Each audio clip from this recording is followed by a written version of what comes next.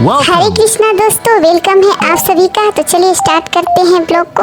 सच्चा दोस्त वही होता है जो मुसीबत के समय अपने मित्र के काम आए, तभी हम सच्चे दोस्त कहलाएंगे। मेरा फ्रेंड के घर में आम का पेड़ है, तरह तरह के पक्षी उस पर डेरा डाले रहते हैं।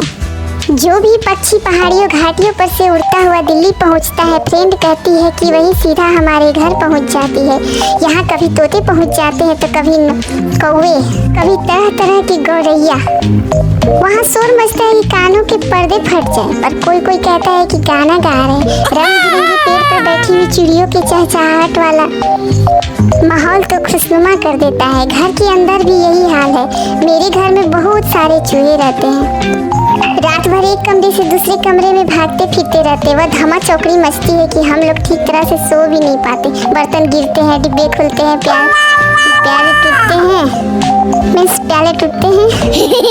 एक चूहा तो चूल्हे के पीछे छुपकर बैठा रहता है। एक दूसरा है जिसे बाथरूम के टंकी पर चढ़कर बैठना पसंद है। उसे शायद अपनी मम्मी से डर लगा होगा।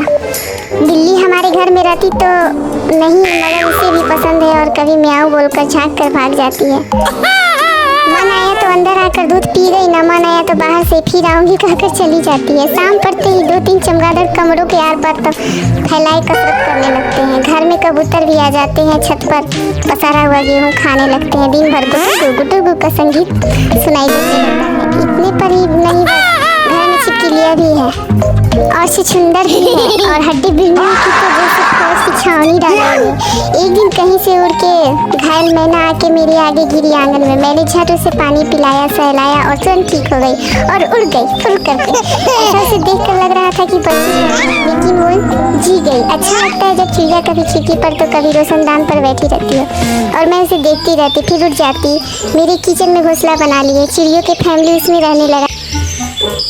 एक बार पतिदेव ने कहा कि मैं इसे भगाऊंगा। मैंने कहा आप चूहों को तो भगा नहीं पाए, चिड़ियों को निकालेंगे। उन्होंने गुस्से में जाकर ताली बजाकर मुंह से बाहें झुलाई, फिर खड़े खड़े कूदने लगे। कभी बाहें झुलाते, कभी सुक करते।